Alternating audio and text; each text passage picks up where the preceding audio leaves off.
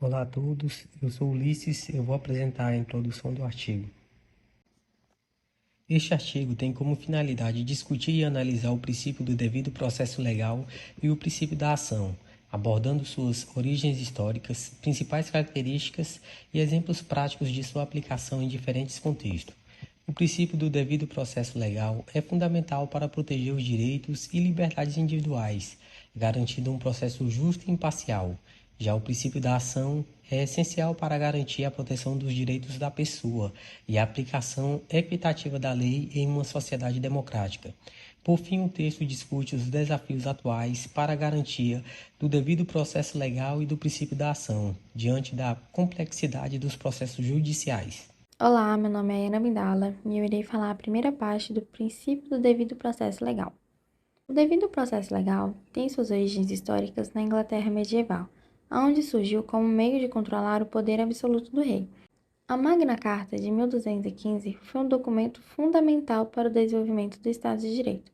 Estabeleceu que nenhum homem livre poderia ser preso ou privado de sua propriedade ou liberdade sem o devido processo legal. Essa ideia foi levada para os Estados Unidos pelos colonizadores ingleses e se tornou parte da Constituição dos Estados Unidos em 1791. O quinto e o 14º Amentos da Constituição dos Estados Unidos garantem o direito ao devido processo legal, bem como a proteção da vida, liberdade e propriedade contra interferências arbitrárias do governo. Ao longo dos anos, o conceito de devido processo legal evoluiu para incluir garantias processuais específicas, como o direito a um julgamento justo e imparcial, o direito a notificações adequadas e a oportunidade de ser ouvido, e hoje em dia é reconhecido como um direito humano fundamental. No Brasil, está previsto pelo artigo 5º, inciso 54 da Constituição Federal, que o indivíduo só será privado de sua liberdade ou terá seus direitos retirados mediante um processo legal, exercido pelo Poder Judiciário por meio de um juiz natural, assegurados o contrário e a ampla defesa.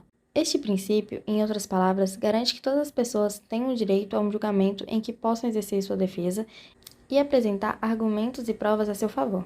Também assegura que as decisões jurídicas sejam tomadas com base na lei e nos princípios fundamentais da justiça.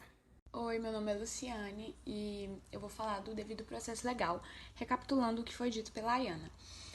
De acordo com a obra Teoria Geral do Processo, de Sintra Carvalho e Dinamarco, quanto ao processo civil, o devido processo legal ele garante a igualdade entre as partes, o respeito ao direito de defesa, o contraditório, o julgamento rápido e público, a proibição de prova ilícita, a gratuidade da justiça, ao juiz natural e imparcial, ao duplo grau de jurisdição e à ampla defesa. Também tem garantias específicas para o processo penal, que seria a presunção de inocência, a indenização por erro judiciário e pela prisão que supere os limites da condenação e a prisão ressalvada as hipóteses do flagrante e das transgressões e crimes propriamente militares, que só pode ser ordenada pela autoridade jurídica competente.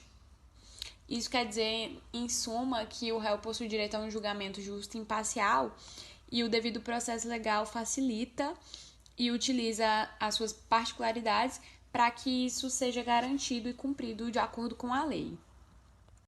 E, de acordo com a Constituição Federal, o réu, o acusado, no caso, é considerado inocente até que seja provada a sua culpa através do devido processo legal e de todas as etapas que nele está contida. O que isso quer dizer? Quer dizer que ele tem o direito de ser informado das acusações contra ele, confrontar as testemunhas e apresentar evidências a seu favor. Vou pegar um caso que aconteceu nos Estados Unidos do julgamento de O.J. Simpson, que foi um julgamento criminal nos Estados Unidos, que um ex-jogador de futebol americano foi julgado pelo assassinato de sua ex-esposa e de seu amigo. Esse julgamento foi marcado pela aplicação do devido processo legal, garantindo que o réu tivesse o direito a um julgamento justo, incluindo o direito de defesa, um juiz imparcial e a presunção de inocência. E no final do julgamento, se eu não me engano, ele foi absolvido. O devido processo legal ele está presente nos lugares em que adotam um sistema democrático, porque a justiça tem que ser imparcial e deve proteger os direitos e as liberdades dos indivíduos. Esse princípio também pode ser entendido como uma garantia contra abusos de poder por parte do Estado, que assegurando, no caso, que o Estado não possa tomar a propriedade ou a liberdade das pessoas sem justificativa jurídica adequada e sem respeitar os procedimentos legais estabelecidos.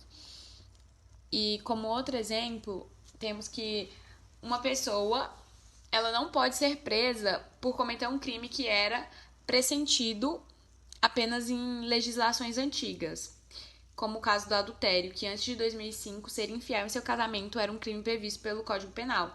Mas uma pessoa que comete esse tipo de atitude hoje em dia não pode mais ser criminalmente condenada, porque a lei penal, no caso, não retroage e salva benefício do réu. O princípio da ação foi desenvolvido como uma resposta à necessidade de se proteger os direitos e interesses dos cidadãos na Roma Antiga. O procedimento permitia que qualquer pessoa apresentasse uma demanda perante o magistrado competente para resolver conflitos entre as partes.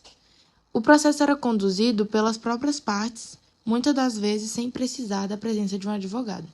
No sistema jurídico atual, incluindo... Oi, meu nome é Eduardo, eu vou falar do desenvolvimento da parte do princípio da ação. E aqui eu vou falar um pouco sobre a origem desse princípio, as características, como ele se aplica na prática com exemplos e as duas abordagens presentes nesse princípio. Esse princípio ainda é um instrumento essencial para a proteção dos direitos e interesses dos indivíduos. O princípio da ação pode ser manifestado de 3 formas. O princípio da ação manifesta-se, em primeiro lugar, através da iniciativa de provocar a movimentação do aparelho jurisdicional, isto porque a jurisdição é inerte, ela só pode agir depois de ser provocada. A segunda forma de manifestação é a reconvenção. É uma simples defesa do réu, só que não tem nada de simples. É o contrário. Ao invés de se defender, o réu passa ao ataque, ele passa a acusar. E, enfim, como terceira manifestação do princípio da ação, é a regra pela qual o juiz, que não pode instaurar o processo, porque o juiz faz parte da jurisdição do órgão que deve ser inerte e imparcial, também não pode tomar providências que superem os limites do pedido. Então, ele tem que seguir à risca a Constituição ou do pedido do MP, do Ministério Público. Agora, nesse momento, eu vou citar um exemplo em que o princípio da ação foi aplicado, que é do nosso cotidiano, que são processos de indenização por danos morais. Os processos de indenização por danos morais são comuns em diversas jurisdições em que as pessoas buscam uma reparação pelos danos sofridos em razão de atos ilícitos, como calúnia ou até agressão física.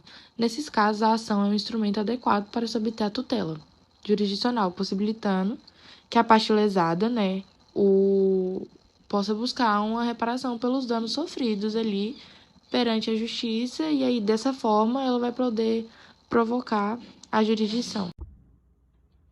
Olá, eu me chamo Aline Fernandes e eu irei falar sobre as duas abordagens presentes no princípio da ação, sendo elas o processo acusatório e o processo inquisitivo. E por fim, eu farei um breve resumo sobre a ideia central do artigo que foi realizado. Então, o processo acusatório, ele se caracteriza pela separação das funções de acusar, julgar e defender. O juiz, ele é imparcial e as provas não possuem valor pré-estabelecido, podendo o juiz apreciá-las de acordo com a sua livre convicção, desde que fundamentada. Frente ao exposto, nós podemos sintetizar as principais características de um sistema acusatório, e são elas: a distinção entre as atividades de acusar, defender e julgar. A iniciativa probatória, ela cabe exclusivamente às partes. A imparcialidade e a posição inerte do juiz, ou seja, sem qualquer participação na atividade probatória. A liberdade de defesa e a isonomia entre as partes do processo. Vigora a publicidade e a oralidade. inexistência de um sistema tarifado de provas, prevalecendo o livre convencimento motivado do julgador, probabilidade de revisão das decisões por meio do duplo grau de jurisdição e, por fim, o imputado deve ser tratado como sujeito de direito, desde a investigação criminal e não como objeto de direito.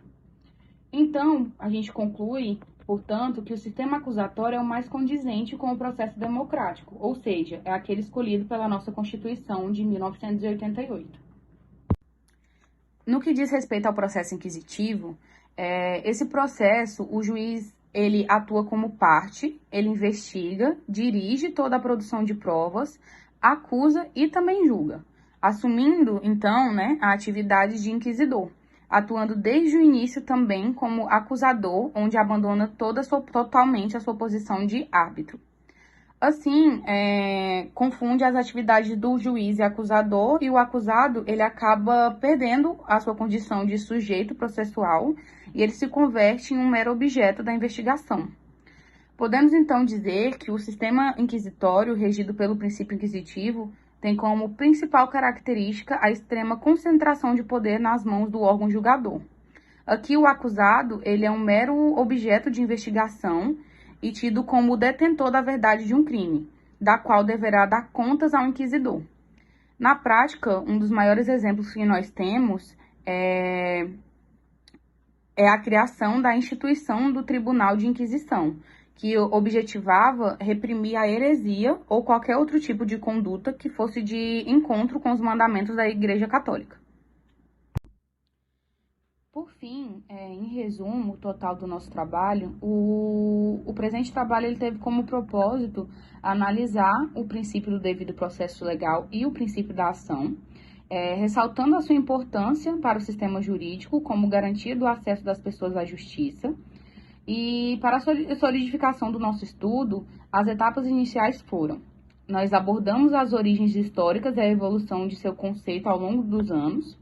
Em seguida, nós apresentamos os casos e os exemplos atuais para alcançar, então, um bom desempenho a respeito da metodologia do nosso trabalho. E, diante de todos os aspectos analisados, nós podemos afirmar, então, que os princípios citados são a proteção a valores que seguem sendo primordiais para a nossa sociedade, garantindo, então, vida, liberdade e propriedade, sendo um dos pilares fundamentais do Estado de Direito, como garantir a justiça e contra os abusos de poder por parte do Estado.